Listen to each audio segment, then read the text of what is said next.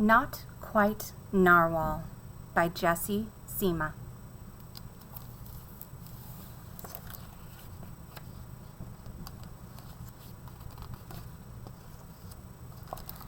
Kelp was born deep in the ocean.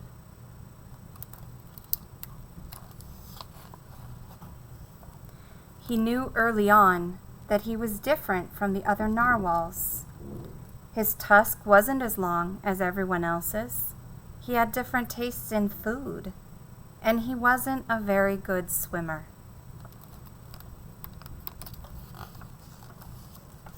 But his friends didn't seem to mind, so Kelp decided that he wouldn't either. That is, until he was swept away by a strong current. "I wish I were a better swimmer."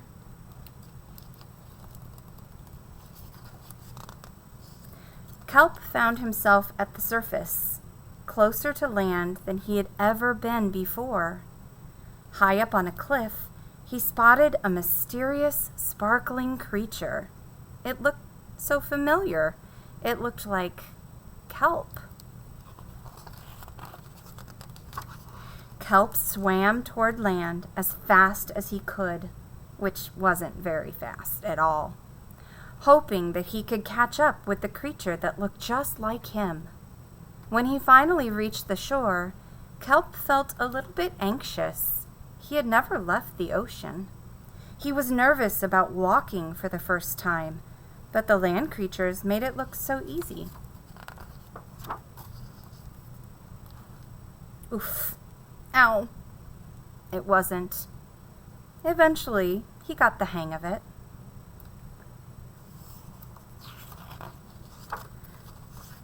Everything on land was strange and beautiful, but also kind of scary. Kelp began to think he might never find the creature that looked just like him. But as he stumbled out of the forest, land narwhals!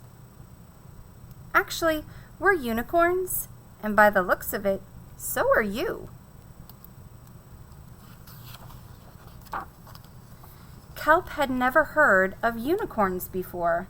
They taught him all sorts of new things about his tusk. We call them horns. Wow! They introduced him to unicorn delicacies. And they showed him how to gallop. There was no doubt that Kelp was, in fact, a unicorn. He was having so much fun that he didn't want to leave.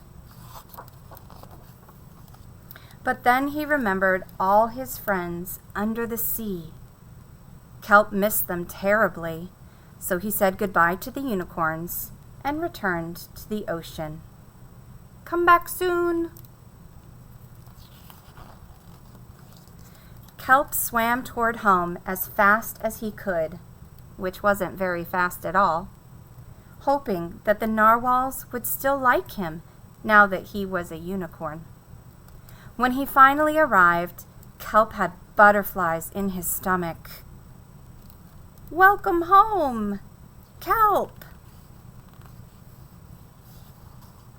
Kelp took a deep breath and he told his friends the news. "It turns out I'm not a narwhal." "Of course you aren't." "I'm a unicorn." We all knew that. They took it quite well. Kelp was happy to be home, but now that he'd experienced life on land with the unicorns, he couldn't seem to forget them. Did he want to be a land narwhal with the unicorns, or a sea unicorn with the narwhals? Kelp couldn't decide. But then he realized that maybe, just maybe, he didn't have to choose.